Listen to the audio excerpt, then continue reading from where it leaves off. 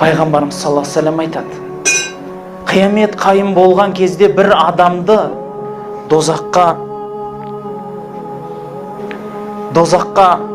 салып алады екен. Бір батырып алады, хадисте ғамса деп айтады. Яғни, бір алдыңызда бір су тұрса, соған қолыңызды батырып алыңызшы.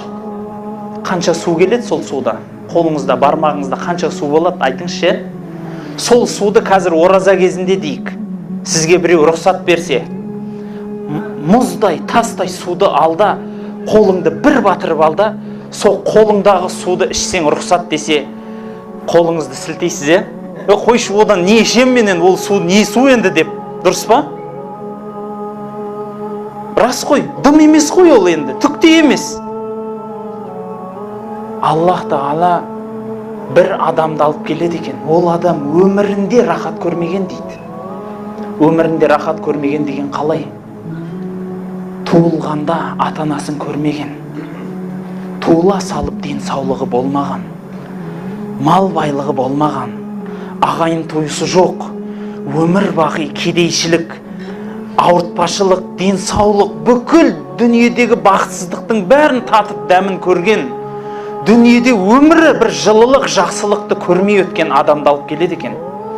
Сөйтіп сол адамды жәннатқа бір батырып алады дейді. Бірақ батырып алады. Не келеді дейсіз сол бір батырғаннан деп отырмыз ғой.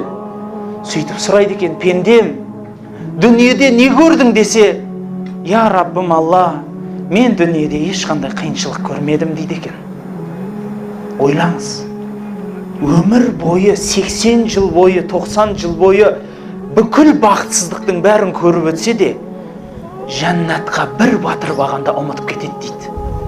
Жоқ болады екен оның бәрі. Білмеймін, көрмедім, ешқандай бақытсыздық көрмедім дүниеде дейді екен. Біздің бір кішкентай тісіміз ауыр, бір түн ұйықтамағанымызға қандай қиналамыз. Күндіз бір 10-12 сағат шөлге шыдай алмай қысылғаныңызда қандай қиналып қашасыз, ораза тұта алмаймын екен деп. Жәннат бір батырып алғанда бұл бақытсыздықтың бәрін жоқ қылады дейді. Дүниеде бүкіл байлық, бақыттың бәрін көрген бір адамды алып келеді дейді. Дүниеде не байлық бар, не бақыт бар, соның бәрінің дәмін татып көрген адамды алып кеп, дозаққа бір батырып алады дейді. Ғамса, бір ғана батыру. Дым емес қой, түкте емес қой, не бопты? Өмір бақи бақытты көріп келе жатыр ғой. Ішемін демеді, жеймін демеді, бүкіл рахатты көрді. Өмірі белін бүгіп, маңдайынан тер шықпаған адам. Бірақ дозаққа бір батырылғаннан кейін, пендем, дүниеде не көрдің десе, Раббым Алла, мен дүниеде не көрмедім. Дүниедегі көрген нәрсемнің бәрі бақытсыздық дейді екен.